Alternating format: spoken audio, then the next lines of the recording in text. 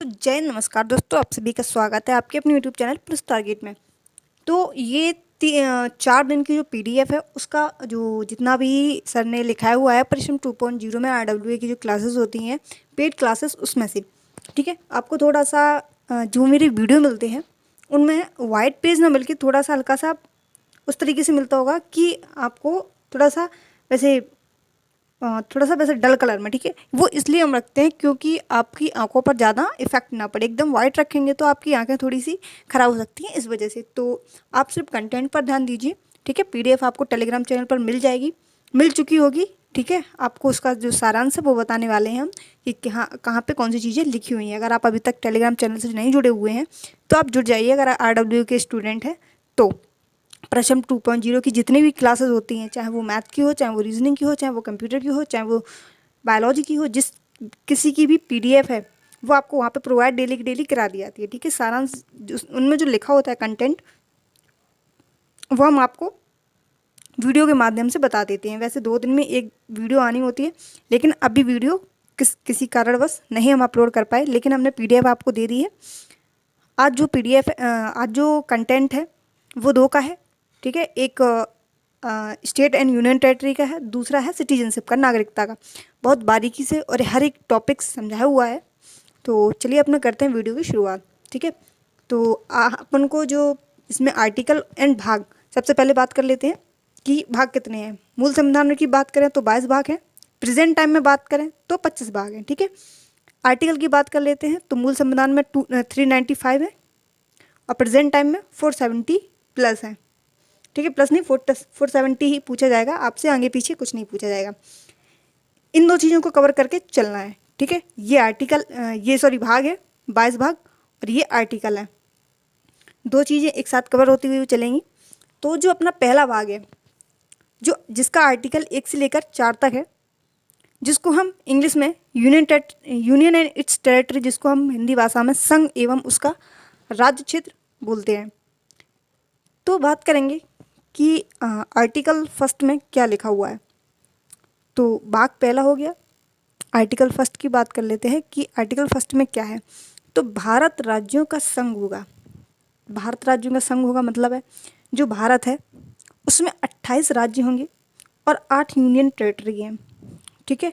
कितने? 28 राज्य और 8 यूनियन टेरिटरी हैं। अर्जित क्षेत्र भी आते हैं। अर्जित क्षेत्र का मतलब है जैसे भारत ने किसी, मान लो कराची पर कब्जा कर लिया, ठीक है। अब वो जो क्षेत्र है वो अपना भारत में शामिल हो गया, तो वो भी किस में आएगा? तो आर्टिकल 1 में वो भाग शामिल होगा, ठीक है। अर्जित क्षेत्र भारत राज्यों का संघ होगा, तो वो जो क्षेत्र आएगा वो किस आर्टिकल के तहत आएगा? तो 1 के तहत आएगा। इसके बाद अगर हम बात करें आर्टिकल 2 में क्या है, तो नए राज्य की स्थापना, जैसे अभी बताया हमने। अर्जित क्षेत्र जो है बाहरी क्षेत्र, जैसे मान लो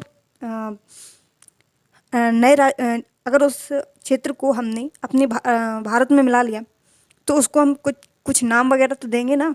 तो बाहरी क्षेत्र जो मिलाया जाता है और उस क्षेत्र को जो नाम दिया जाता है, जिस अकॉर्डिंग हम मिलाते हैं, वो आर्टिकल 2 में आएगा, ठीक है। किस में आएगा? आर्टिकल 2 में। जैसे कि सिक्किम जो राज्य है उसको 35वां कॉन्स्टिट्यूशन अमेंडमेंट एक्ट 1974 यानी 1974 के अकॉर्डिंग अधिनियम जो बनाया गया था, 35वां कॉन्स्टिट्यूशन अमेंडमेंट एक्ट बनाया गया था 1974 में। पहले इसको आर्टिकल 2A के तहत इसको जोड़ा गया, फिर इसको कुछ टाइम बाद क्या बना दिया गया? एक स्टेट बना दिया गया। और वो किसके अकॉर्डिंग बना दिया गया? तो 36वां संविधान संशोधन 1975 जो हुआ उसके अकॉर्डिंग 2A समाप्त करके इसको राज्य का दर्जा दे दिया गया।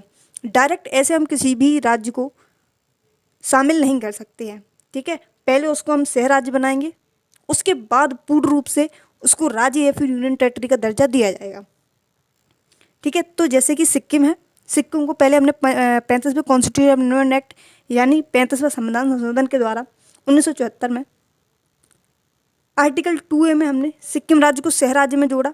उसके बाद हमने क्या किया? कुछ टाइम बाद 35वां कॉन्स्टिट्यूशन अमेंडमेंट एक्ट किया 1975 में, जिसको हमने 2A को समाप्त करके सिक्किम राज्य को एक राज्य का दर्जा दे दिया, ठीक है। तो किसी भी जब नए राज्य की स्थापना की जाएगी तो वो किस में आएगा, तो आर्टिकल 2 में आएगा। किसी बाहरी क्षेत्र को, कोई बाहरी क्षेत्र मान लो कराची है, कराची पर हमने कब्जा कर लिया भारत के लोगों ने। अब जो कराची है वो भारत के अपनी क्षेत्र में लगेगा।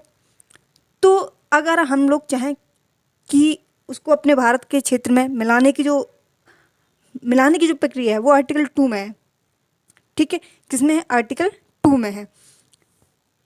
अर्जित क्षेत्र का मतलब यहाँ ये अर्जित करना नहीं है, जैसे कि अब 8 केंद्र शासित प्रदेश और 28 स्टेट है और 8 यूनियन टेरिटरी यानी केंद्र शासित प्रदेश है, और अर्जित क्षेत्र को भी इसी में शामिल किया जाता है। लेकिन उस अर्जित क्षेत्र को राज्य की स्थापना वो आर्टिकल 2 में है। बात समझ में आ गई होगी अब तक। ठीक है, उदाहरण हमने सिक्किम बता दिया।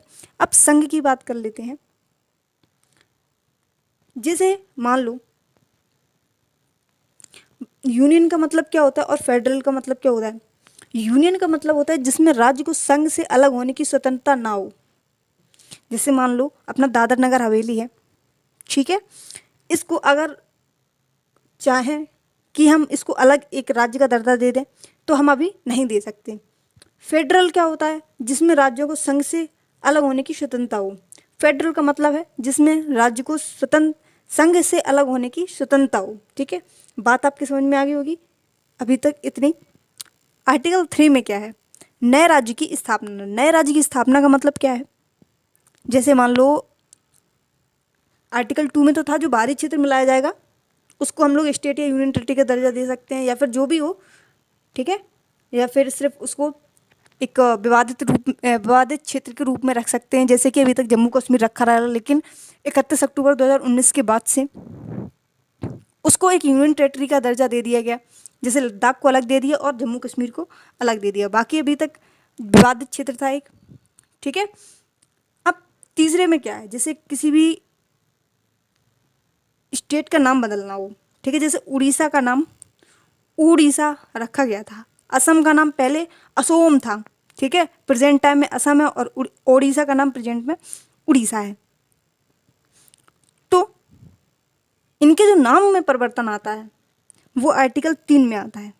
ठीक है, राज्य की सीमा में कमी या वृद्धि, जैसे कि मान लो एमपी और यूपी का बॉर्डर है।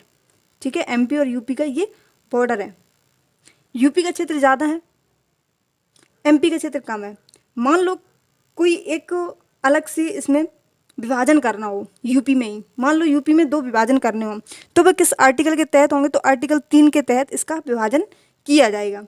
ठीक है, यूपी के ही 2 विभाजन किए जाएं तो वह किस आर्टिकल के तहत होंगे, तो वो आर्टिकल 3 के तहत इसके जो विभाजन है वो किया जाएगा।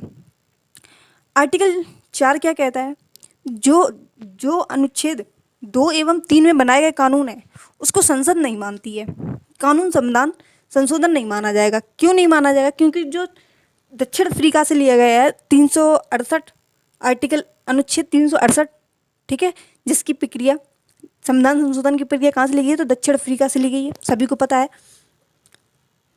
तो संविधान इस चीज़ को संविधान संशोधन नहीं मानती है, जबकि आर्टिकल 1, 2, 3 में संशोधन जो है वो राष्ट्रपति की पूर्व स्वीकृति से साधारण बहुमत से किए जाएंगे। जो 1, 2, 3 है उसमें राष्ट्रपति की स्वीकृति से साधारण बहुमत से किए जाएंगे, ना कि उसमें संसद या फिर कोई काम नहीं कर सकती है। ठीक है, इसमें संसद काम नहीं करती है। अनुच्छेद 1, 2, 3 में राष्ट्रपति की पूर्ण स्वीकृति से साधारण बहुमत पेश किया जाता है, उसके बाद ही इसमें 2 और 3 में परिवर्तन कर सकते हैं हम। ठीक है, 2 और 3 का मतलब क्या है, किसी भी अन्य देश के क्षेत्र को अपने भारत में मिलाना हो, भारत का कोई स्टेट हो उसके 2 टुकड़े करने हो, उसका नाम परिवर्तन करना हो। ठीक है, तो ये आर्टिकल 3 में आते हैं। नाम बदलना हो, जैसे कि एक केस आया था बेरूवादी वर्सेस भारत संघ, बेरूवादी वर्सेस भारत संघ एक केस आया जो कब आया, 1960 में आया। इसमें क्या था, क्या अनुच्छेद 3 के तहत संसद किसी भारतीय भूभाग को किसी अन्य देश को दे सकती है, तो इसमें था नहीं, नहीं दे सकती। क्यों नहीं दे सकती? सुप्रीम कोर्ट ने कहा संसद अनुच्छेद 3 के तहत ऐसा नहीं कर सकती है। इसके लिए एक कॉन्स्टिट्यूशन अमेंडमेंट एक्ट यानी संविधान संशोधन करना पड़ेगा। किस तरीके से? कोई ऐसा केस बना क्या? हाँ बना। कब बना? एक बेरूवादी क्षेत्र है जो कि पाकिस्तान को दिया गया जब भारत और पाकिस्तान का बंटवारा हो रहा था 1947 में। ठीक है, तो जो बेरूवादी क्षेत्र है वो क्षेत्र उस पर विवादित रहा, जैसे कि अभी तक कश्मीर रहा, लेकिन कश्मीर को पाकिस्तान को नहीं दिया गया क्योंकि वो पहले से ही भारत का जो हिस्सा है वो था। लेकिन जो बेरूवादी क्षेत्र है वो पाकिस्तान को दे दिया गया। 9वें कॉन्स्टिट्यूशन अमेंडमेंट यानी 9वां संविधान संशोधन जो कि 1960 में हुआ था। और ये कब हुआ था? तो बेरूवादी वर्सेस भारत संघ के वजह से हुआ था। फिर 2015 में भी एक ऐसा ही केस हुआ। क्या किया गया? तो 100वां संविधान संशोधन किया गया। किसके साथ में? 2015 में बांग्लादेश के साथ। क्या किया गया? भारत ने अपने 111 क्षेत्र बांग्लादेश को दे दिए और बांग्लादेश ने क्या किया? भारत को बदले में 51 क्षेत्र दे दिए। कितने? 51 क्षेत्र दे दिए। जो पाकिस्तान है उससे अलग होकर ही तो बांग्लादेश बना है। ठीक है, तो जो भारत ने 111 क्षेत्र जो है वो बांग्लादेश को दे दिए, लेकिन बदले में भारत को सिर्फ 51 क्षेत्र मिले। इसी तरीके से अब बात आती है कि भाषा के आधार पर राज्यों का पुनर्गठन। यहाँ तक आपको बात समझ में आ गई होगी। क्वेश्चन पूछा जाता है बेरूवादी वर्सेस भारत संघ कब बना? तो कब बना? 1960 में। ठीक है, क्वेश्चन पूछा जाता है क्या अनुच्छेद 3 के तहत संसद किसी भी भूभाग को किसी अन्य देश को दे सकती है? तो ऐसा नहीं कर सकती बिना किसी भी कॉन्स्टिट्यूशन अमेंडमेंट एक्ट के। ठीक है, उसके लिए एक संविधान संशोधन करना पड़ेगा, उसके बाद ही वो जो क्षेत्र है वो किसी अन्य देश को दिया जाता है। जबकि अभी तक 2 बार ऐसा हो चुका है। एक तो बेरूवादी जो क्षेत्र है वो पाकिस्तान को दिया गया है और भारत ने 111 जो क्षेत्र हैं वो बांग्लादेश को दिए हैं बदले में। जबकि भारत को कितने क्षेत्र मिले? सिर्फ 51 क्षेत्र मिले। भाषा के आधार पर राज्यों का गठन। भाषा के आधार पर राज्यों का गठन धर आयोग जो है यूपीएससी कब मानती है? यूपीएससी 27 नवंबर 1948 मानती है जो धर आयोग है उसको। जबकि एसएससी है वो जून 1948 मानती है। तो अपन को क्या मानना है? तो जून 1948 अपन को याद रखना है। क्यों? क्योंकि अपन का जो एग्ज़ाम है वो एसएससी कराने वाली है। तो धर आयोग जो है वो कब आया? तो जून 1948 में आया। इसके अध्यक्ष कौन थे? तो एस के धर इसके अध्यक्ष थे। रिपोर्ट कब दी गई इसकी? तो दिसंबर 1948 में इसकी रिपोर्ट दी गई। इसमें था क्या कि राज्यों के का पुनर्गठन भाषा के आधार पर ना हो। ठीक है, भौगोलिक क्षेत्र के आधार पर हो, वित्तीय क्षेत्र के आधार पर हो। मतलब ये था, इसमें 3 चीज़ें लिखी थी कि जो राज्यों का पुनर्गठन है वो भाषा के आधार पर होना, भाषा के आधार पर ना हो, भौगोलिक क्षेत्र पर हो। ठीक है, और वित्तीय स्थिति के आधार पर होना चाहिए। लेकिन जेवीपी समिति, जेवीपी का मतलब क्या है? जवाहरलाल नेहरू, वल्लभ भाई पटेल, पट्टाभी सीतारामैया, इन्होंने एक समिति का गठन किया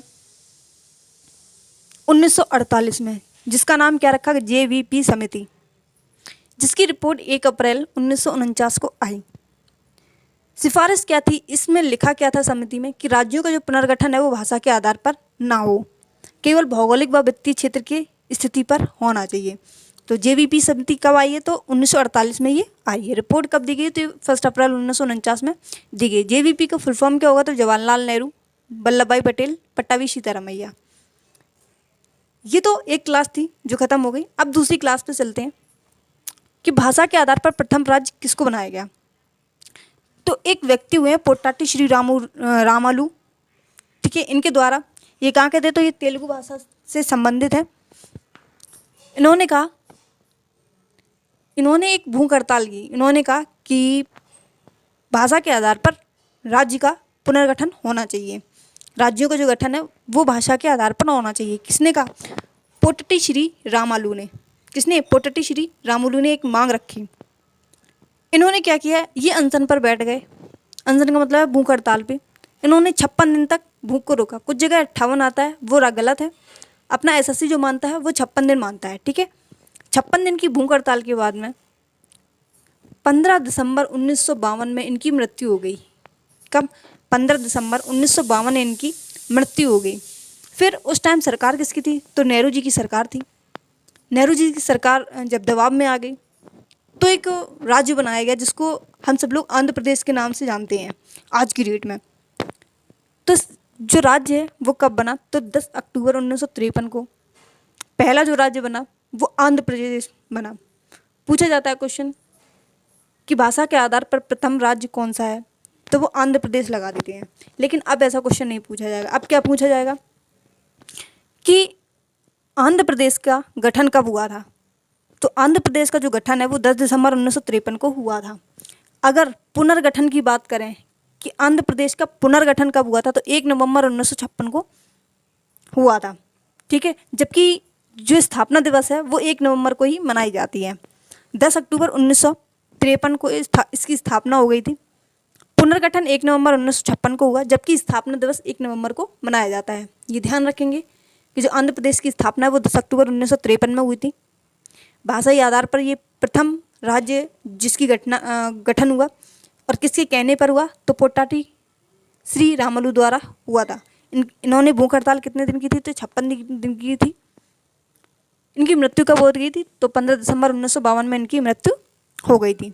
इसके बाद एक राज्य पुनर्गठन आयोग आया जिसका गठन जो है वो 1953 में हुआ, जिसके अध्यक्ष डॉक्टर फजल अली को बनाया गया। अन्य 2 सदस्य भी बनाए गए, के एम परेक्कर एंड एच एन कुंजक को। किसको? कुंजक को, एच एन कुंजक को, ठीक है। एक रिपोर्ट आती है 1955 में राज्य पुनर्गठन अधिनियम के नाम से 1956 में, जिसमें से अपना आंध्र प्रदेश का भी जो पुनर्गठन है वो किया गया था, ठीक है। वहाँ पे एक छोटी सी बात थी कि कब हुआ था, तो 1953 में हुआ था, ठीक है। लेकिन उसी में नीचे बताया कि हमने 1 नवंबर 1956 को पुनर्गठन हुआ था। किसका? आंध्र प्रदेश का, भाषाई के आधार पर। अब ये बात है कि राज्य पुनर्गठन आयोग क्या क्या है उसके बारे में। तो इसमें एक बात बोली गई थी कि जो भी ABCD करके राज्य जो है उनको समाप्त कर दिया जाए। जब राज्य पुनर्गठन आयोग की बात की गई तो उस टाइम क्या था? 14 राज्य बनाए जाएं और 6 यूनियन टेरिटरी बनाए जाएं। क्या था इसकी मांग क्या थी कि 14 जो स्टेट हैं वो होना चाहिए और 6 जो यूनियन टेरिटरी हैं वो होने चाहिए। तो इसके बाद में अब बात कर लेते हैं कि कौन से राज्य की गठन कब हुआ था। मोस्ट इंपॉर्टेंट कौन है? पहला है आंध्र प्रदेश। आंध्र प्रदेश के स्थापना दिवस कब मनाया जाता है? तो 10 अक्टूबर 1953 में। पुनर्गठन की बात करें तो 1 नवंबर 1956 में। भाषाई आधार पर ये पहला राज्य है जो गठन हुआ है। किसकी द्वारा? श्री रामालू पोट्टी रामालू द्वारा, ठीक है, पोट्टी श्री रामुलू द्वारा। महाराष्ट्र की बात करें तो 1960 में, 60 वर्ष की उम्र में महात्मा गुजर गए, ठीक है, महाराष्ट्र गुजर गए 60 की उम्र में। नागालैंड की बात करें तो 1963, हरियाणा की बात करें तो 1966 एंड पंजाब। हरियाणा और पंजाब दोनों को अलग किया गया था 1966 में। हिमा और मणि और मेघा ये कब है? 1972 में। सॉरी, हिमा है 1971 में, बाकी मेघा, मणि और मेघा, मणि और त्रिपुरा ये 1972 में। सिक्किम की बात करें तो सिक्किम मोस्ट इम्पॉर्टेंट है। यहाँ आंध्र मोस्ट इम्पॉर्टेंट है कि सिक्किम 1975 में इसका जो गठन है वो हुआ था, ठीक है। नागालैंड भी बहुत इंपॉर्टेंट है, 1963 ये पूछे जा चुके हैं। अरुणाचल प्रदेश की बात करें तो 1987 में, मिजोरम 1987 में और गोवा एक साथ में। इन तीनों का एक साथ में हुआ है 1987 में। अरुणाचल प्रदेश, मिजोरम और गोवा, मिजोरम और अरुणाचल प्रदेश 1987 में। बाकी सिक्किम को 75 याद रखेंगे, बाकी ये 3 एक जैसे हैं, बाकी ये 2 एक जैसे हैं, बाकी ये 2 एक जैसे हैं। ये 53 याद रखेंगे, ये नागालैंड को 63 याद रखेंगे। 10 वर्ष बाद नागालैंड की स्थापना हुई। आंध्र प्रदेश के बाद सीधा 10 वर्ष बाद किसकी? नागालैंड की स्थापना हुई। अभी हाल ही में कौन सा स्टेट बनाया गया? तो 2 जून 2014 में नवीनतम राज्य जो है। लेकिन अगर नवीनतम यूनियन टेरिटरी की बात करें तो 31 अक्टूबर 2019 में लद्दाख और यूनियन टेरिटरी को अलग कर दिया गया। पहले जम्मू कश्मीर था तो जम्मू कश्मीर में से ही लद्दाख के 2 पार्ट कर दिए गए, ठीक है, जिसमें 2 डिस्ट्रिक्ट बनाई गई, एक लेह है और दूसरी लद्दाख खुद है। ठीक है, तो इसमें 2 डिस्ट्रिक्ट हैं, लद्दाख अलग है और जम्मू कश्मीर को यूनियन टेरेटरी का दर्जा दे दिया गया। 2000 में किन किन की स्थापना हुई? तो 1 नवंबर को छत्तीसगढ़ की स्थापना हुई, 9 नवंबर में उत्तराखंड की स्थापना हुई और 15 नवंबर 2000 को झारखंड की स्थापना होती है। एक ड्राफ्टिंग कमेटी का गठन किया गया, जिसको हम लोग आज की डेट में प्रारूप समिति का या फिर मसौदा समिति का नाम भी देते हैं। ठीक है, इसका जो गठन है वो 29 अगस्त 1947 में किया गया। ड्राफ्टिंग समिति की गठन की बात की जाए, जिसको हम लोग प्रारूप समिति या मसौदा समिति के नाम से जानते हैं, 29 अगस्त 1947 में इसका गठन किया गया। क्या है इसमें कि भारतीय संविधान के दौरान 1946 में संविधान सभा के संवैधानिक सलाहकार के रूप में किसे नियुक्त किया गया था? ये कुछ क्वेश्चंस थे जो सर ने कराए थे, हालांकि वो क्वेश्चंस लिखे हुए हैं, ऑप्शंस नहीं है इसमें, तो डायरेक्ट अपन को याद रखना है कि ड्राफ्टिंग कमेटी का गठन कब किया गया था। तो 29 अगस्त 1947 में किया गया था, जिसको हम लोग आज की डेट में प्रारूप समिति और मसौदा समिति के रूप में भी जानते हैं। ठीक है, ड्राफ्टिंग कमेटी के जो अध्यक्ष हैं वो किसको, डॉक्टर भीमराव अंबेडकर को चुना गया था। भारतीय संविधान के निर्माण के तहत संविधान सभा के संवैधानिक सलाहकार के रूप में किसे नियुक्त किया गया था? तो BN राव को संवैधानिक सलाहकार के रूप में नियुक्त किया गया था। सच्चिदानंद सिन्हा के स्थान पर भारत की संविधान सभा के अध्यक्ष सच्चिदानंद सिन्हा कौन थे? तो ये अस्थायी रूप में इन्हें चुना गया था 9 दिसंबर 1946 को। फिर दूसरी बैठक जो होती है 11 दिसंबर को 1946 में, इसमें डॉक्टर राजेंद्र प्रसाद को स्थायी सदस्य के रूप में चुना जाता है। मूल संविधान में 22 भाग और 395 अनुच्छेद हैं। अभी बता चुके आपको शुरुआत में ही कि मूल संविधान की बात की जाए तो 22 भाग और 395 अनुच्छेद हैं, और वर्तमान की बात की जाए, अगर सिर्फ इतना पूछे कि भारतीय संविधान में कितने भाग और कितने अनुच्छेद हैं, तो कितने भाग बोले जाएंगे? अब 25 भाग बोले जाएंगे और 470 अनुच्छेद बोले जाएंगे। भारतीय संविधान में कौन सी विशेषता को सोवियत सोशलिस्ट रिपब्लिक से USSR से कौन सी लिया गया?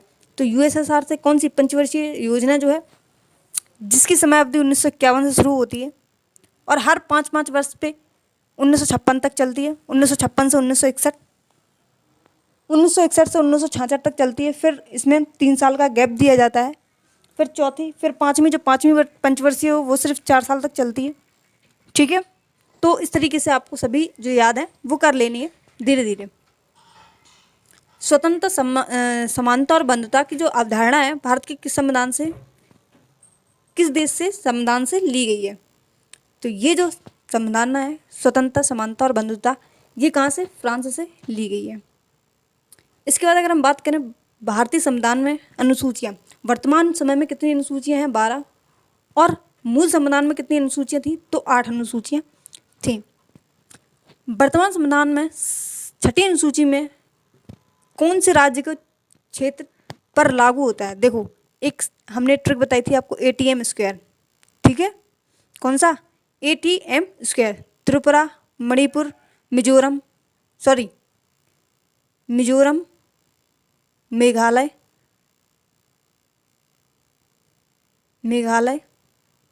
त्रिपुरा और असम। असम, त्रिपुरा, मेघालय, मिजोरम, ये आपको बताई थी हमने 6वीं अनुसूची में है। ठीक है, कौन सी अनुसूची में है? 6वीं अनुसूची में है। 7 में क्या है? शक्तियों का बंटवारा केंद्र और राज्य के बीच में। 8वां क्या है? राज्य की जो भाषा है वो है। ठीक है, 10 में क्या है? दल बदल है। 11वां में क्या है? तो नगर पंचायत है, नगर पंचायत। 12वां में क्या है? तो नगर निकाय है, नगर निकाय। ठीक है, 9वीं में क्या है? तो 9वीं में भूमि सुधार है। 9वीं में भूल गए थे, 9वीं में क्या है?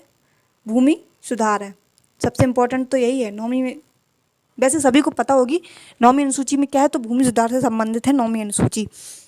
ठीक है, इसके बाद अगर हम बात करें भारत के संविधान में उल्लिखित नहीं है, तो भारतीय संविधान में अभी ऊपर क्वेश्चन आया था, 3 वर्ड दिए गए थे उसमें स्वतंत्रता, समानता और बंधुता और समतावाद भी दिया गया था। तो भारतीय संविधान में लिखित कौन कौन से वर्ड हैं? तो स्वतंत्रता, समानता और बंधुता, ये तीनों लिखित हैं। और ये लिए कहाँ से गए? तो फ्रांस से लिए गए हैं। ये वो क्वेश्चन हैं जो दिल्ली पुलिस में पहले प्रीवियस ईयर में जो पूछे जा चुके हैं। वो जो सब्जेक्ट से क्वेश्चन बनते हैं, जैसे भारत राज्यों का संघ है, आर्टिकल 104 तक जितने भी क्वेश्चंस पूछे गए वो सभी इनमें से इंक्लूडेड है।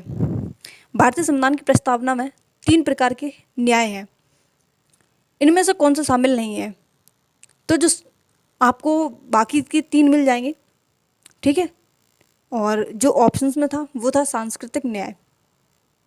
इसके बाद अगर हम बात करें किस चीज़ की? नागरिकता की।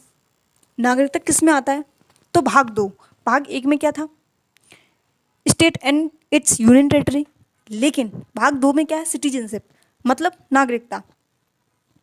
भाग तो 2 हो गया। 25 भाग पढ़ने हैं अपन को धीरे धीरे करके पॉलिटी में, ठीक है। ये अपन को दिल्ली पुलिस में भी कवर करेगी और यूपी पुलिस में भी कवर करेगी। जिसमें भी एग्ज़ाम में पॉलिटी पूछी जाती है उन सभी में ये कवर होगी। नागरिकता की बात करें तो state and it's union territory की बात की थी हमने 1 से लेकर 4 तक। लेकिन अब नागरिकता की बात है तो ये 5 से कहाँ तक? 11 तक। कहाँ तक? 11 तक। और वो भाग 1 में था 1 से 4, और ये किस में होगा? भाग 2 में। नागरिकता की बात करें, नागरिकता कहाँ से ली गई, किस देश से ली गई है? तो ब्रिटेन के संविधान से जो नागरिकता है वो ली गई है। ब्रिटेन के संविधान में कैसी नागरिकता है? तो एकल नागरिकता है। कैसी है? एकल नागरिकता है। लेकिन जो यूएसए है इसमें कैसी नागरिकता है? तो दोहरी नागरिकता है। कैसी है? दोहरी नागरिकता है। दोहरी नागरिकता का मतलब क्या है कि आप उस कंट्री की भी नागरिकता आपके पास होनी चाहिए और किसी अदर कंट्री की भी जो नागरिकता है वो भी हो आपके पास तो चलेगी। इसमें नागरिकता का मतलब क्या है कि आप भारत के हैं या नहीं। नागरिकता का मतलब ये होता है। तो जो नागरिकता है वो कितने प्रकार की है? तो 5 प्रकार की नागरिकता है। इसमें सभी हर एक पार्ट बताया जाएगा कि आप किस किस तरीके से नागरिकता ग्रहण कर सकते हैं, किस किस तरीके से आपकी जो नागरिकता है वो छीन ली जाएगी। अगर आप बाहर पढ़ने जाते हैं तो आप किस तरीके से नागरिकता ले सकते हैं अगर आपकी खारिज होगी, क्या लगता है, वीजा लगता है, कैसे जाना है आपको, सभी के बारे में बताएंगे। ध्यान से वीडियो देखना। मान लो जन्म से, जैसे हम आप हैं वो सभी लोग भारत में ही जन्म हुए हैं। हमारे माता पिता भी हैं जो भारत में जन्म लिया है, ठीक है। वो भारत के हैं और हम भी, हमारा जो जन्म है वो भी भारत में हुआ है तो हम लोग भारतीय हुए। लेकिन इसमें किस जन्म से की बात हो रही है? 26 जनवरी 1950 को या उसके बाद जन्मे जो भारत में है। तो हम लोग तो 1950 के बाद ही जन्मे हैं भारत में, हमारे माता पिता भी भारतीय हैं। तो ये बात जन्म से अपन लोगों के ऊपर लागू होती है, ठीक है। लेकिन अपवाद क्या है इसमें? एक अपवाद है, जैसे मान लो कोई विदेशी है, उसका बच्चा जो है वो भारत में ही जन्म ले लिया, तो क्या उसकी भारत की नागरिकता मिलेगी? पहले ये था कि उसको नागरिकता मिल जाती थी, लेकिन 1950 के बाद क्या हुआ, एक संशोधन किया गया। फिर उसमें क्या बोला गया कि भारत में अगर किसी बच्चे का जन्म होता है तो उसमें या तो उसके पिता भारत के होने चाहिए या फिर उसकी माता भारत की होनी चाहिए, तो उसे भारतीय नागरिकता दी जाएगी। अगर कोई विदेशी है, उन दोनों में से, पति पत्नी में से कोई एक भारत का होना चाहिए, तो उन्हें भारत की नागरिकता दे दी जाएगी। दूसरा है शत्रु के अधीन किसी भूभाग पर जन्मे बच्चे। मान लो कोई स्त्री है, ठीक है, वो भारतीय सीमा में शामिल हुई, प्रेग्नेंट थी, लेकिन अगर उसका बच्चा अपने यहाँ पैदा होता है तो क्या वो भारत की नागरिकता मिलेगी उसको? नहीं मिलेगी, ठीक है। अब नहीं मिलेगी, पहले 1950 के पहले उसको मिल जाती थी। क्यों नहीं मिलेगी? क्योंकि ना तो वो स्त्री भारत की है और ना ही वो जो उसका पुरुष है वो भारत का है। अगर उन दोनों में से कोई एक भारत का हुआ तो उसको भारत की जो नागरिकता है वो मिल जाएगी, उस बच्चे को मिल जाएगी। अगर मान लो कोई भारत का ही है, ठीक है, और वो किसी अन्य देश के लिए काम कर रहा है, मान लो कोई स्त्री है, वो किसी अन्य देश के लिए जासूसी का काम कर रही है, कोई पुरुष है वो जासूसी का काम कर रही है, और उसका पुरुष मतलब वो यहाँ का ही, ये इंडिया का ही, ठीक है। और मान लो उसके बच्चा होता है, तो उसको बच्चे को तो भारत की नागरिकता मिल जाएगी, लेकिन उस जो पुरुष या स्त्री है उसकी नागरिकता छीन ली जाएगी। अभी आगे आपको पता चलेगा कि नागरिकता जब छीनी जाती है तो पहले ये बता दें कि कब कब नागरिकता आपको मिलती है, ठीक है। फिर छीनने की भी बात करेंगे। 1986 में जो अभी बताया हमने, एक जो संशोधन हुआ, जन्म से नागरिकता के लिए उसके माता पिता में से कोई एक भारतीय नागरिक होना चाहिए, ये बात हम आपको अभी बता चुके हैं, ठीक है। वंश परंपरागत, अभी बताया हमने जस्ट थोड़ी देर पहले कि विदेश में किसी का जन्म, सॉरी ये थोड़ा सा अलग है। मान लो हमारी माता जी हैं, वो विदेश गई, ठीक है, विदेश गई, उन्होंने बच्चे को जन्म दिया, तो 1 साल के अंदर अंदर उन्हें भारत में एक रजिस्ट्रेशन होता है, वो रजिस्ट्रेशन कराना पड़ेगा 1 साल के अंदर अंदर। उन्हें सारे डॉक्यूमेंट प्रोवाइड कराने पड़ेंगे कि मेरा हम तो इंडियन है, लेकिन जो बच्चा है वो बाहरी सीमा में, बाहरी सीमा का मतलब है किसी अन्य कंट्री में जन्म लिया है और उसको भारत की नागरिकता चाहिए, तो उसको वो सभी डॉक्यूमेंट जो है वो वहाँ पे सबमिट करने पड़ेंगे और फिर उसको जो भारत की नागरिकता है वो मिल जाएगी। और ऑलरेडी मतलब हमने ये बात तो बताई, जन्म के समय माता पिता में से कोई एक भारतीय हो, तो भारतीय होना चाहिए। अब स्त्री हो या पुरुष हो, उसमें से एक का तो होना मैंडेटरी है। नागरिकता संशोधन 1992 आया। माता की नागरिकता के आधार पर विदेश में जन्मे कोई बच्चे को भारत की नागरिकता का प्रावधान, अभी बताया कि कोई स्त्री है, जस्ट सेम टू सेम वही चीज़ें हैं सभी। लेकिन 3 दिसंबर 2004 के बाद क्या हुआ, भारत के बाहर जन्मे बच्चे को वंश परंपरागत के आधार पर नागरिकता नहीं दी जाएगी। वंश परंपरागत के आधार पर नागरिकता नहीं दी जाएगी। कब? 2004 के बाद से, 3 दिसंबर 2004 के बाद से जो भारत के बाहर जन्मे हैं उनको लेकिन दी कैसे जाएगी, अगर उन्हें चाहिए हो तो बताया अभी 1 वर्ष के भीतर भारतीय वाणिज्य दूतावास में पंजीकृत कराना होगा। अभी थोड़ी देर पहले बताया, जस्ट हम जो बता रहे पूरी सी एक सीक्वेंस में जो लाइन बताते हम चले जा रहे हैं, उन चीज़ों को ध्यान में रखना है, ठीक है।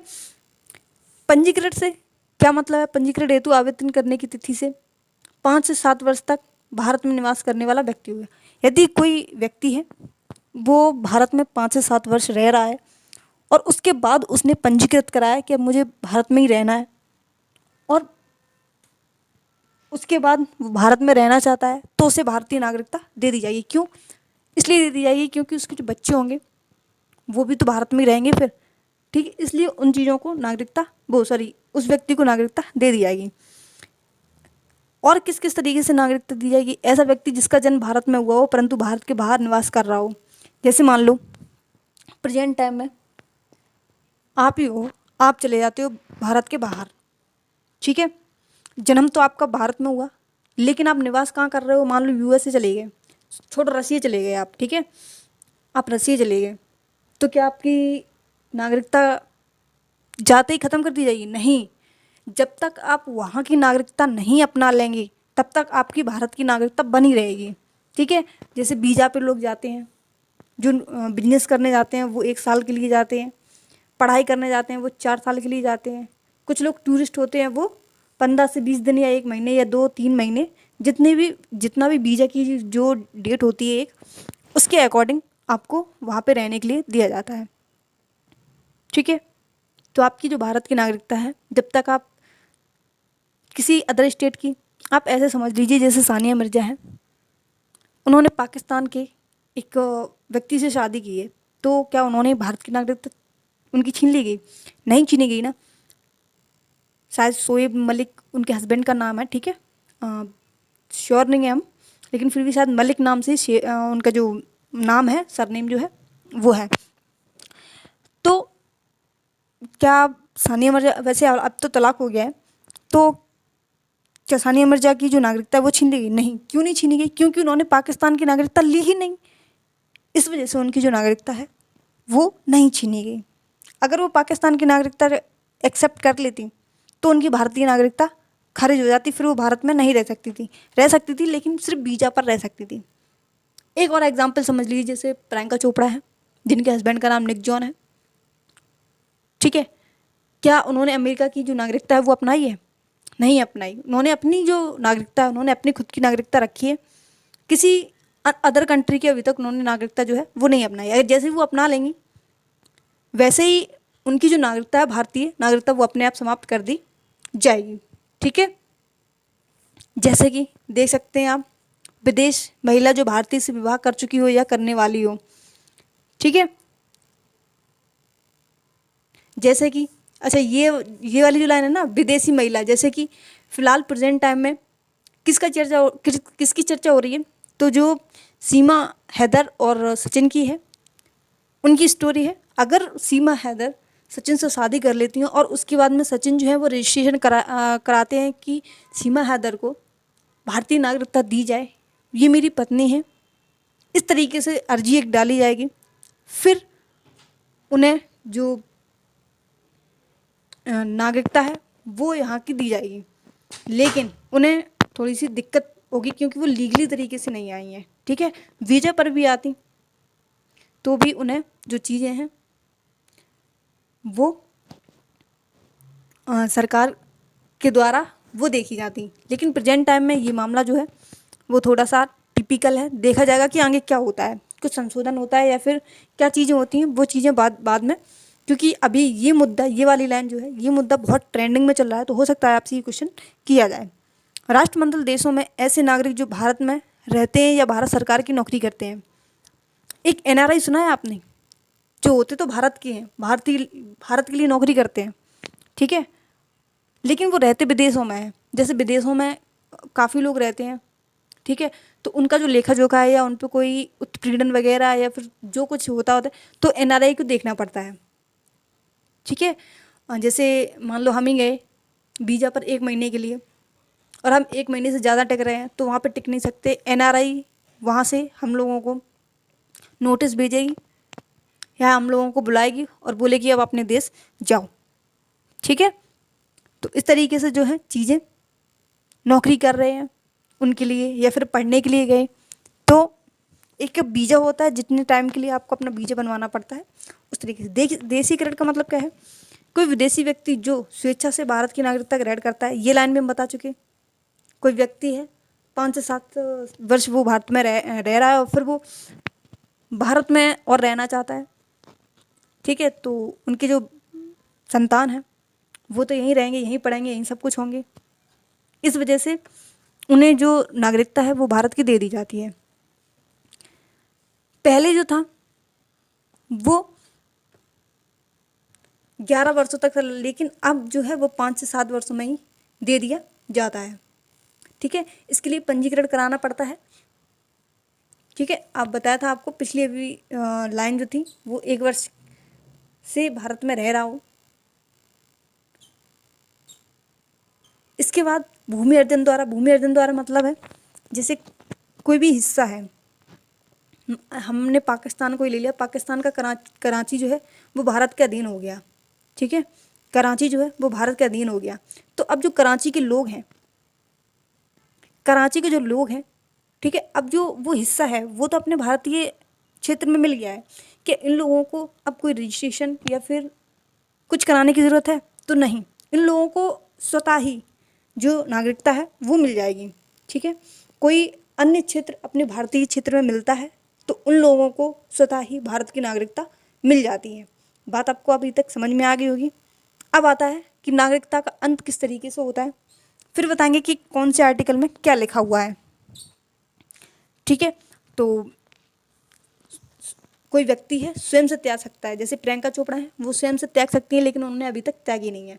सानिया मिर्जा है वो स्वयं से त्याग सकती थी लेकिन उन्होंने त्यागी नहीं, लेकिन उनके लिए भारत ही सब कुछ है प्रेजेंट टाइम में, ठीक है।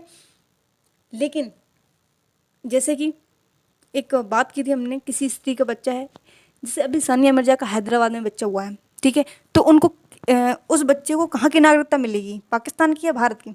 तो भारत की नागरिकता मिलेगी। क्यों? एक तो उसकी माँ जो है वो भारत की है और दूसरा वो भारतीय सीमा में भी उसका जन्म हुआ है। तो ये तो दोनों दोनों बातें हो गई ना, इस वजह से उस बच्चे की जो नागरिकता है वो भारतीय नागरिकता होगी। पर्यवसान का मतलब होता है किसी दूसरे देश में चले जाना, ठीक है, या फिर वंचित किया जाना। वंचित किया जाना का मतलब है कोई जासूसी, अभी बताई थी ना हमने कि कोई भारत में भारतीय व्यक्ति है वो किसी विदेश की जासूसी कर रहा है तो उसकी जो नागरिकता है वो छीन लेगी। लेकिन उनके बच्चों की नागरिकता क्या छीनी जाएगी? नहीं, तो उनके बच्चों की नागरिकता नहीं छीनी, सिर्फ उस व्यक्ति की नागरिकता छीनी जाएगी जिस और उसको इस देश में नहीं इस देश में जो भी एक नागरिक को सुख सुविधाएं जो मिलनी चाहिए वो नहीं मिलेंगी, लेकिन उनके बच्चों को मिलेंगी, उनकी बीवी को मिलेंगी, उनकी माँ को मिलेंगी। वंचित किया जाना किस तरीके से है? संविधान के प्रति अनिष्ठा दिखाना, यानी किसी भी संविधान में को नहीं मानना, ठीक है। युद्ध काल में शत्रु की सहायता करने पर, पंजीकरण या देशीकरण द्वारा नागरिकता प्राप्त करने के 5 वर्ष के भीतर किसी अन्य देश द्वारा 2 वर्ष की सजा पाने पर। मान लो आपने भारत की नागरिकता प्राप्त कर ली, ठीक है, 5 वर्ष के भीतर, और अन्य किसी देश ने 2 वर्ष की सजा तुम्हें सुना दी। तुम किसी देश के हो, मान लो तुम यूएसए के हो, और यूएसए में और तुम भारत में 5 साल रहे, और 5 साल के अंदर अंदर ही अगर तुम वहाँ कोई क्राइम करके आए हो और वहाँ पे तुम्हें 2 साल की सज़ा दे दी जाती है, तो फिर तुम्हारी जो नागरिकता है वो समाप्त कर दी जाएगी। लगातार 5 वर्ष तक देश के बाहर रहने पर, लगातार अगर आप 5 वर्ष तक देश के बाहर रहते हैं तो बिना किसी वीज़ा के, मतलब वीज़ा के रहते हैं, लेकिन 7 वर्ष तक नहीं, आना जाना आपका लगा रहना चाहिए भारत में। कुछ तो होना चाहिए भारत में जिससे लगे कि हाँ तुम भारत के रहने वाले हो। किसी भारतीय स्त्री द्वारा विदेशी पुरुष से विवाह करने पर, मान लो किसी भारतीय स्त्री द्वारा विदेशी पुरुष से विवाह करने पर, ये मैटर जो है ये जब तक स्त्री खुद नहीं चाहेगी कि हम वहाँ की जो नागरिकता है वो एक्सेप्ट नहीं कर लेती, तब तक वहाँ की जो नागरिकता है वो समाप्त नहीं होगी। जैसे मान लो अभी बताया आपको प्रियंका चोपड़ा और सानिया मिर्जा का एग्जाम्पल आपको दिया, ठीक है। अब चलते हैं अपने जो आर्टिकल हैं उनकी तरफ कि कौन से आर्टिकल में क्या लिखा हुआ है। तो आर्टिकल 5 में ये लिखा हुआ है कि संविधान के प्रारंभ में नागरिकता के बारे में। तो अगर पूछा जाए कि नागरिकता का जो वर्णन है वो किस आर्टिकल में है, तो आर्टिकल 5 में जो है वो नागरिकता का वर्णन मिलता है। अनुच्छेद 6 में क्या है? सबसे पहले पाकिस्तान से भारत आने वाले लोग, जब 1947 में समझौता हुआ था, 14 अगस्त को पाकिस्तान अपना स्वतंत्रता दिवस मनाता है और 15 अगस्त 1947 को अपना भारत देश आज़ाद हुआ था। तो अनुच्छेद 6 में क्या है कि पाकिस्तान से भारत आने वाले व्यक्ति जो है वो आर्टिकल 6 में लिखा हुआ है। लेकिन भारत से पाकिस्तान आने वाले व्यक्ति, ये 2 लाइनें हैं, बहुत कंफ्यूज होती हैं चीज़ों को। पहले पाकिस्तान से भारत लाएंगे हम, ठीक है, लोगों को, फिर भारत से पाकिस्तान जाने वाले लोगों को छोड़ दिया जाएगा कि अब जाओ तुम। एक समझौता किया गया 1948 में, 19 जुलाई 1948 में एक समझौता हुआ कि जो लोग पाकिस्तान से भारत आना चाहते हैं वो भारत आ सकते हैं, जो भारत से पाकिस्तान जाने वाले हैं वो पाकिस्तान से भारत जा सकते हैं। उनका जो ब्यौरा है वो आर्टिकल 6 में उनका लिखा जाएगा, जो भारत से पाकिस्तान आए, और जो भारत से पाकिस्तान गए उनका आर्टिकल 7 में लिखा जाएगा, ठीक है। पहले आने वालों की गिनती हुई, अनुच्छेद 6 में लिखा गया उन लोगों को, जो भारत से गए उनको 7 में लिखा गया। अब भारत के बाहर रहने वाले व्यक्ति, भारतीय उद्भव की कुछ व्यक्तियों की नागरिकता का अधिकार, भारत के बाहर रहने वाले जो व्यक्ति हैं वो अगर किसी अन्य देश की नागरिकता अगर प्राप्त कर लेते हैं तो उनकी नागरिकता जो है वो ख़त्म कर दी जाएगी। वो किस आर्टिकल में है? तो 8 में है। यदि कोई व्यक्ति अपनी इच्छा से विदेशी की नागरिकता स्वीकार कर लेता है तो उसकी भारतीय नागरिकता स्वतः समाप्त हो जाएगी। ये किस में है? ये आर्टिकल 9 में है। इसमें कौन आएगा? आर्टिकल 8 में। तो आर्टिकल 8 में आपको पता है, अभी बता चुके, 2 लेडीज़ों के नाम, सानिया मिर्जा और प्रियंका चोपड़ा, ठीक है। लेकिन अगर यदि कोई व्यक्ति अपनी इच्छा से विदेशी की नागरिकता स्वीकार कर लेता है तो उसे भारतीय स्वतः समाप्त हो जाएगी। जैसे कि कोई ऐसा व्यक्ति है, वैसे अभी दिमाग पर नहीं चढ़ रहा, आप एक बात समझ सकते हैं। मान लो जैसे हम ही हैं, हमने शादी कर ली किसी विदेशी व्यक्ति से, ठीक है, और हमने अपनी भारत की नागरिकता छोड़ के किसी अन्य देश की नागरिकता एक्सेप्ट कर ली, तो हमारी जो नागरिकता है वो समाप्त कर दी जाएगी, ठीक है। किसी व्यक्ति की नागरिकता संसदीय विधि द्वारा ली जा सकती है, तो किसी व्यक्ति की नागरिकता संसदीय विधि द्वारा, एक संसद की विधि होती है उसके द्वारा ली जा सकती है, हाँ ली जा सकती है। संसद को नागरिकता से संबंधित कानून बनाने का अधिकार है, तो संसद ही नागरिकता से कानून बनाती है, ठीक है। अगर कोई कानून बनाएगी नागरिकता के ऊपर तो कौन बनाएगी, तो संसद इसके ऊपर चर्चा करती है, ठीक है। इसके बाद अगर हम बात करें राष्ट्रीय जनसंख्या रजिस्टर, जिसको हम नेशनल पॉपुलेशन रजिस्टर कहते हैं, केंद्रीय मंत्रिमंडल ने जनसंख्या 2021 संचालन और राष्ट्रीय जनसंख्या रजिस्टर को लागू करने के प्रस्ताव को स्वीकृति प्रदान की है, ठीक है। एक ये होता है नेशनल पॉपुलेशन रजिस्टर, जिसमें उनका लेखा जोखा होता है, जो लोग भारत से जाते हैं या फिर जो लोग भारत में आते हैं, विदेशी लोग जो होते हैं, उन सभी का जो ब्यौरा है वो नेशनल पॉपुलेशन रजिस्टर में उनका जो ब्यौरा है वो काउंट किया जाता है, ठीक है। एनपीआर क्या मतलब है? एनपीआर का मतलब है, अभी आपने कुछ टाइम पहले एक एनपीआर करके या सीपीआर करके दिल्ली वगैरह में आपने कुछ ऐसा कुछ सुना होगा, ठीक है, आपको बहुत अच्छे से याद होगा। बहुत इस पर विरोध भी किया गया, सिर्फ असम को छोड़कर। कौन से राज्य को छोड़कर? असम को छोड़कर अप्रैल में सितंबर 2020 तक किया गया।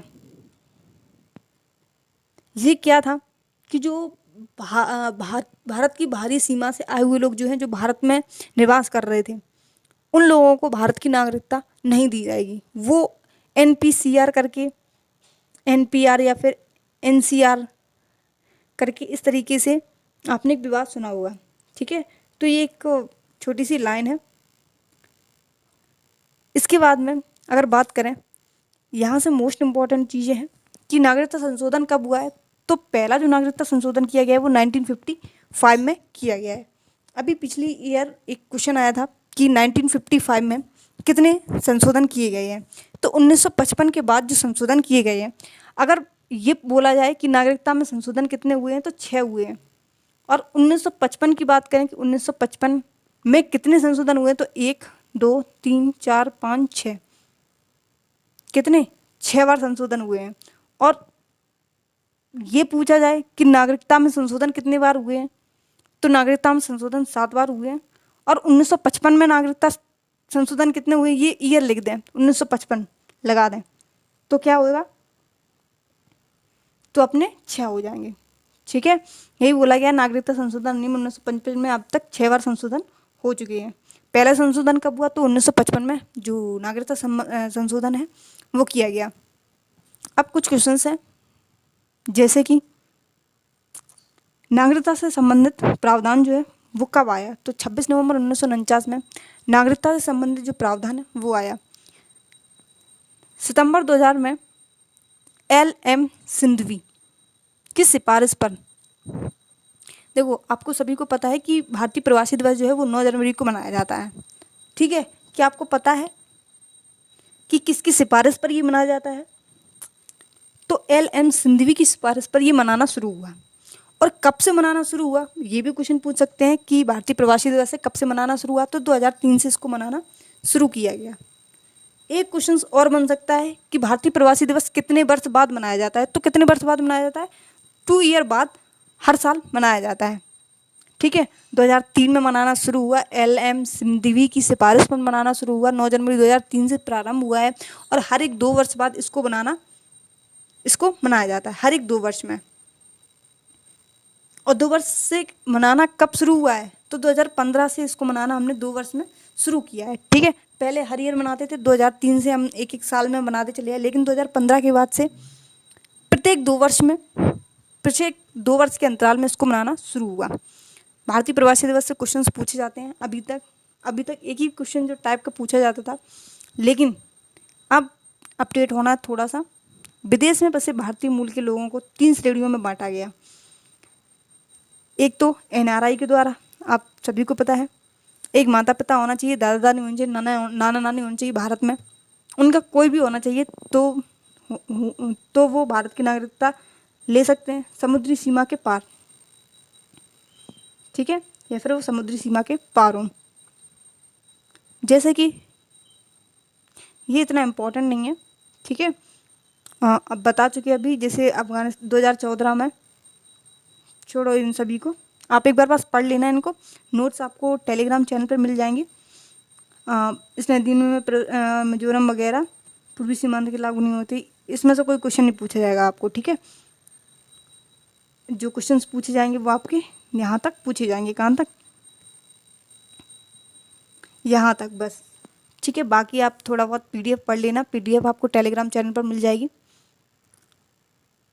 लिंक उसको आपको डिस्क्रिप्शन बॉक्स में मिल जाएगी। और सभी परिश्रम 2.0 बैच की जितनी भी क्लासेस होती हैं उन सभी की पीडीएफ आपको वहाँ पे मिल जाएंगे। तो चैनल को सब्सक्राइब एंड बेल आइकन को प्रेस जरूर कर देना, और मिलते हैं तब तक नेक्स्ट वीडियो में। अब जो नेक्स्ट वीडियो होगी वो आपकी सर की होगी, नवीन सर की, ठीक है। नवीन सर की जो अभी महाजनपद काल चल रहा था उसके आगे से हम पढ़ाएंगे, ठीक है। पीडीएफ आपको पहले ही दे चुके हैं, अगर आपको पीडीएफ समझ में आती है तो आप पीडीएफ से पढ़ लीजिए, वरना पीडीएफ तो देख ही लीजिए, साथ में आप क्लासेस भी देख सकते हैं। तो मिलते हैं अपने नेक्स्ट वीडियो में, तब तक के लिए जय हिंद।